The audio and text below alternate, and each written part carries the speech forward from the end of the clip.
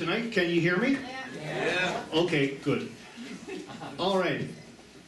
I'm Blair Gaulton, and I come from Newfoundland and Labrador, Canada. The place, not the dogs. Growing up, there was a traumatic event which scarred a lot of us, and people still talk of it to this day. If you can believe it, we had a beer strike. It was so bad that the local liquor board had to import American beer. You might have heard this joke. Why is American beer like making love in a canoe? It's fucking close to water.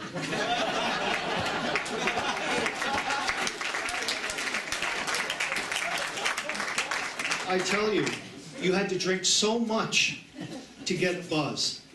Unbelievable. Unbelievable. Yes. There's something I'm going to tell you about. How many people in here speak more than one language? Woo! Okay, good.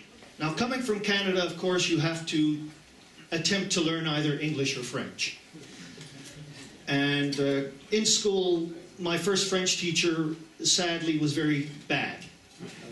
I have French-speaking relatives, and they beg me to speak French because they think I'm being a comedian.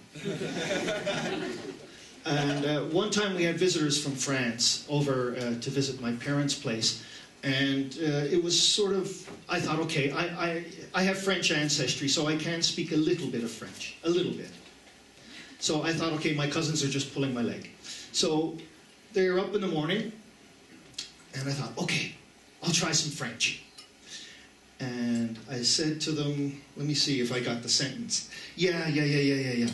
Nous mangeons le petit déjeuner dans la salle du bain. They looked at each other and then looked at me sort of like, what the hell are you talking about? And then he started laughing. And then I said, what's wrong? I said, we're eating breakfast. And they said, breakfast is fine, but eating it in the bathroom is not the best of places. And then I turned about as red as a lobster. Yeah, and I was living in Taiwan many years ago, and there's a friend of mine, he had the hots for a German lady. And he knew absolutely no German. Zilch. Nada. And they said to him, well, actually he asked them, okay, I really want to get to know this lady, you know what I mean? Guys are like, okay. So he asked them, well, what do I say? What do I say? How do I say hello? And they said to him, this'll work, I guarantee it. You say, do arsh, do. And he went up to this beautiful lady, he was madly in love with her, and he said, as romantically as he could, do arsh, do. And then, of course, you can imagine what happened. Psh! Out on the floor. Funny, those two eventually ended up getting married. Yeah. Only thing more stranger than languages is politics. Yeah, politics. Growing up, my father trains politicians, teaches them how to give speeches.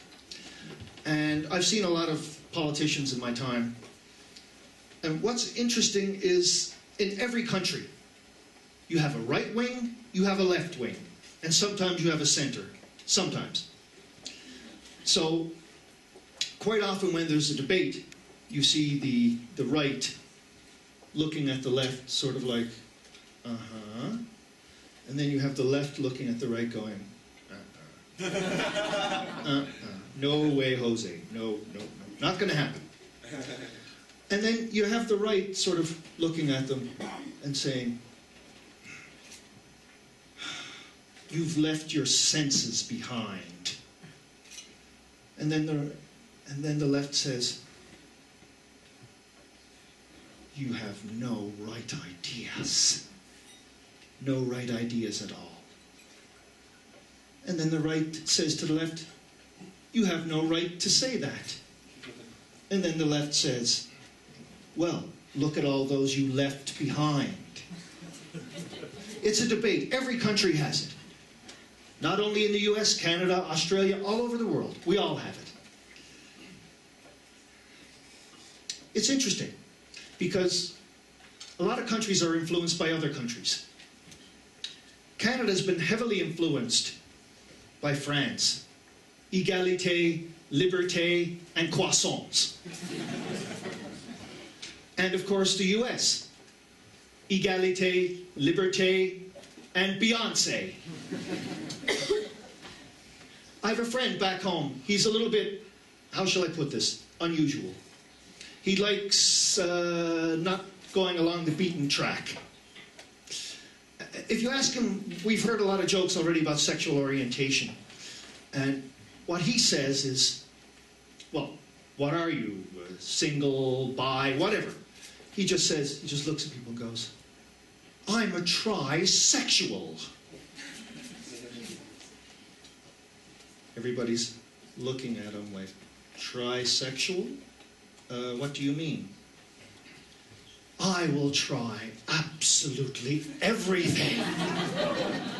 Thank you and good night.